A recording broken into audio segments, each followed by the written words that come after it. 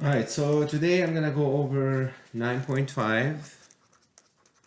So we're continuing with chapter 9 that we started out with radicals, square root, cube roots, and simplifying, adding and subtracting radicals, rationalizing the denominator. Now we're gonna continue with what we call radical equations.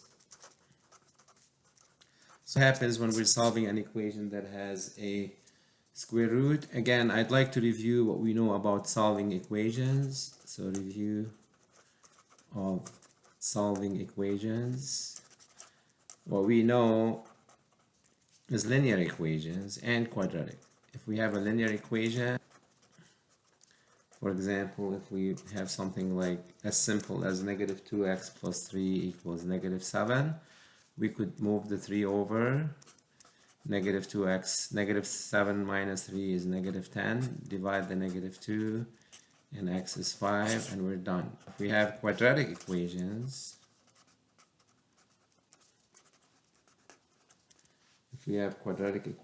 as in x squared minus x minus 6 equals 0, we factor it, x minus 3, x plus 2, so x minus equals 0, and then x plus 2 equals 0, and that's how we get our solutions. Okay, so that's what we know in terms of solving equations.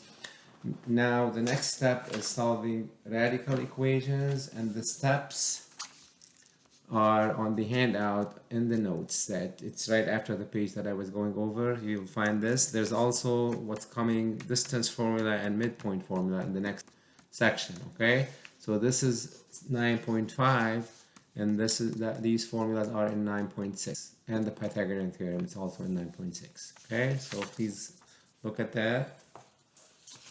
So now,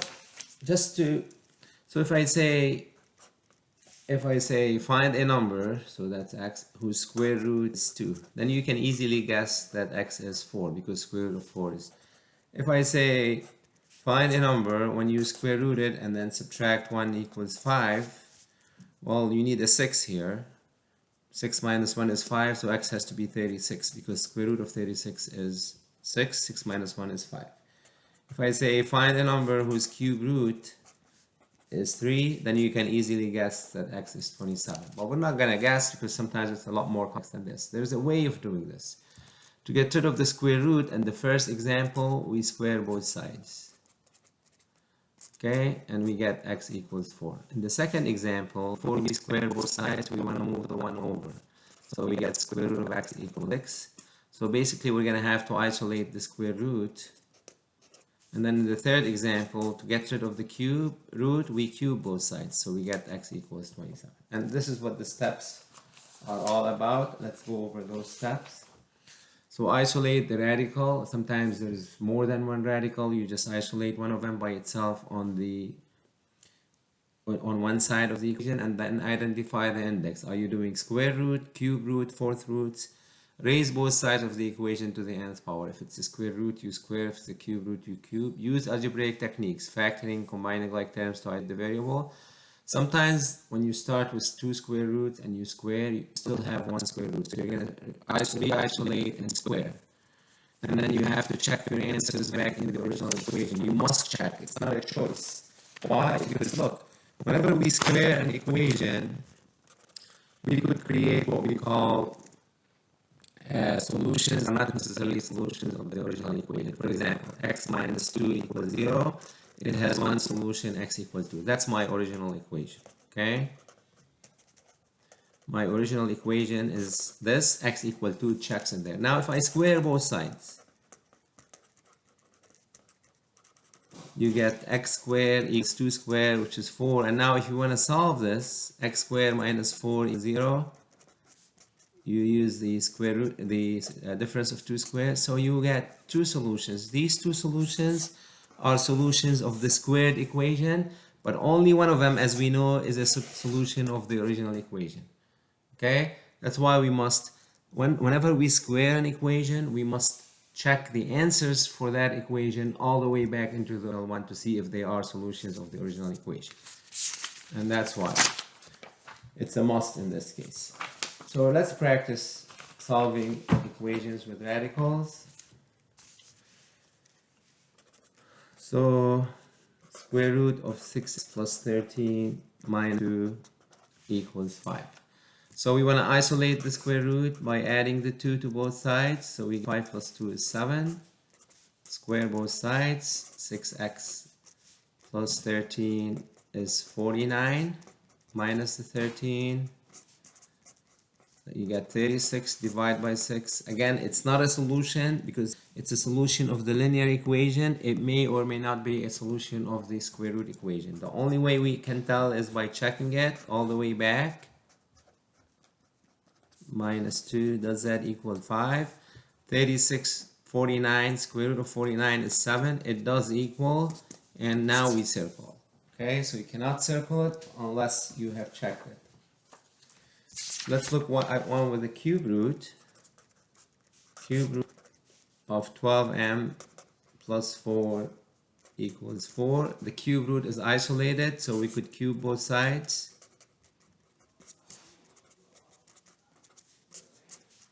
M plus 4 is 4 cubed. Remember, that's not 12, that's 4 times 4 times 4, which is 64.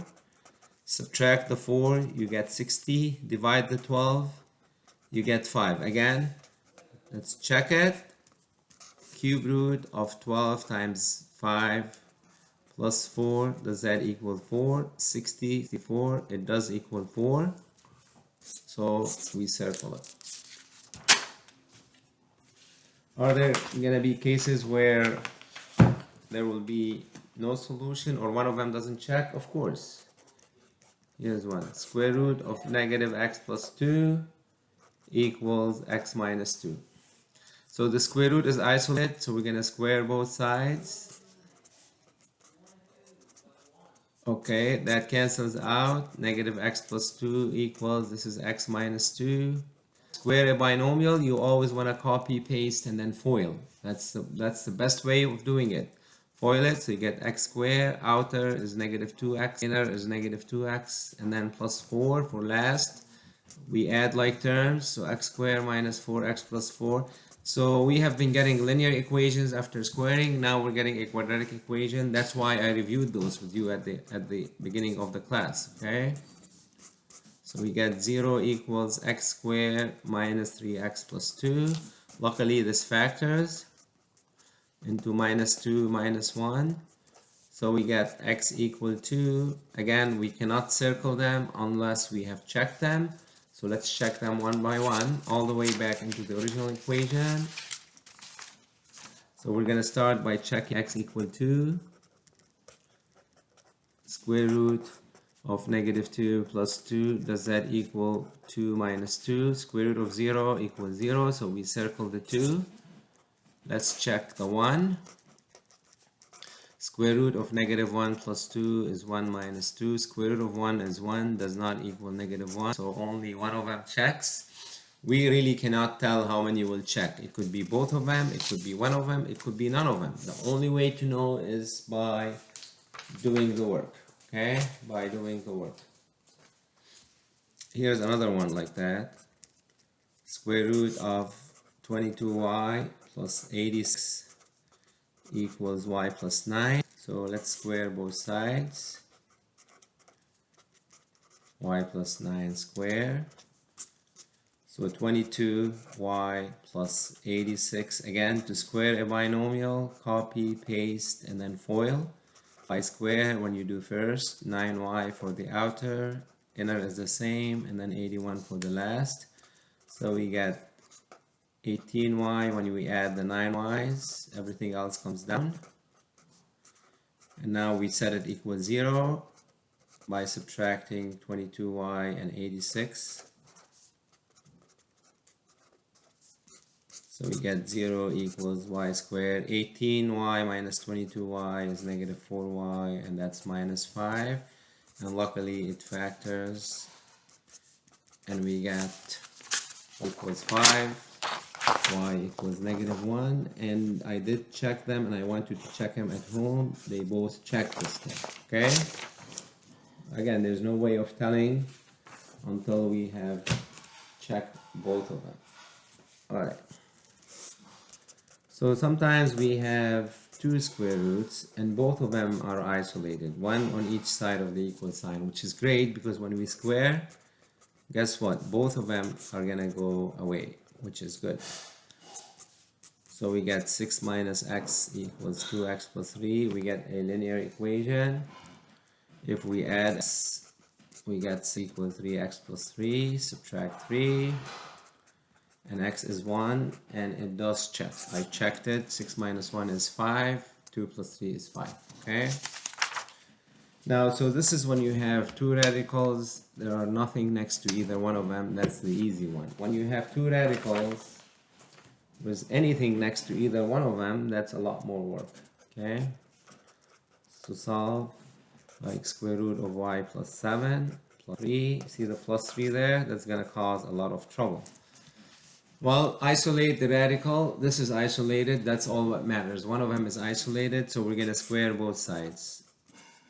This guy, because it has two terms, squaring it has to be what? Copy, paste, and FOIL. That's why we're going to have trouble. And this is going to go away, no problem. So this is y plus 4. This one, we're going to write it out twice. And then FOIL it. Square root of plus 7 times square root of y plus 7 is y plus 7 because it's square, so it's going to cancel out the outer.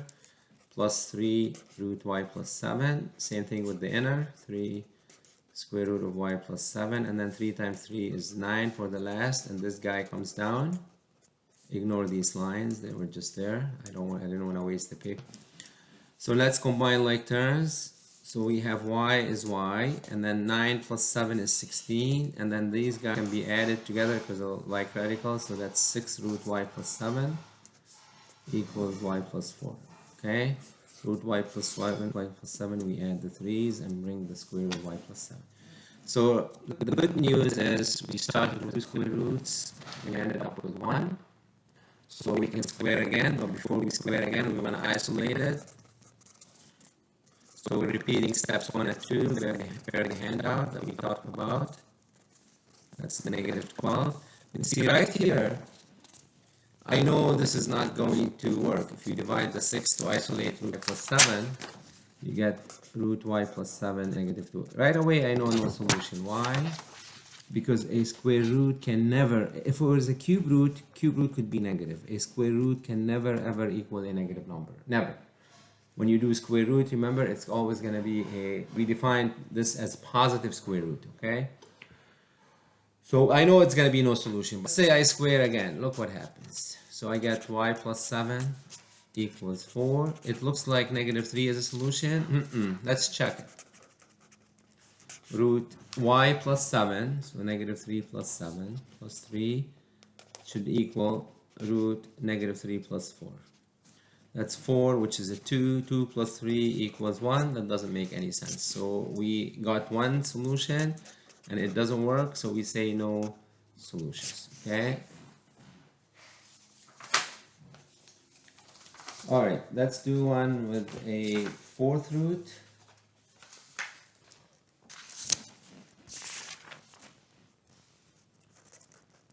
How do we solve the fourth root of 10p plus 1 equals the fourth root of 11p minus 7. Luckily, both fourth roots are isolated. There is no number outside either one of them. We're going to do fourth power for this guy and fourth power for this guy. Fourth power, sorry. That cancels out the fourth root, so we get a nice linear equation. We're going to subtract the 10p to get 1 equals p minus 7. Add the 7. P is 8. Check it. Fourth root of 10 times 8 plus 1. Does that equal fourth root of 11 times 8 minus 7? That's 81, which is 3. That's 81, which is 3. So it does check, and we circle it. And one more thing, 68 from page 786.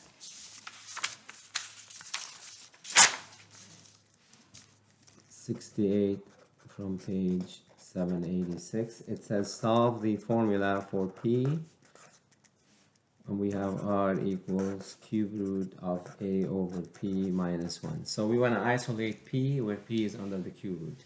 So we want to get rid of the cube root, and to do that we want to isolate it first by adding the 1. So r plus 1 is cube root of a over p. Let's cube sides. R plus 1 cubed equals a over p. Now I need to isolate p, but p is at the bottom. I want to get rid of the bottom because it's a fraction, so I want to get it out of there. So times by p, both sides. That cancels out this guy. If a were to be isolated, we would be done, but it's not a, it's p, so we gotta divide by r plus 1 cubed to isolate p. And we get p equals a over r plus 1 cubed. And that's it for 9.5. See you in 9.6.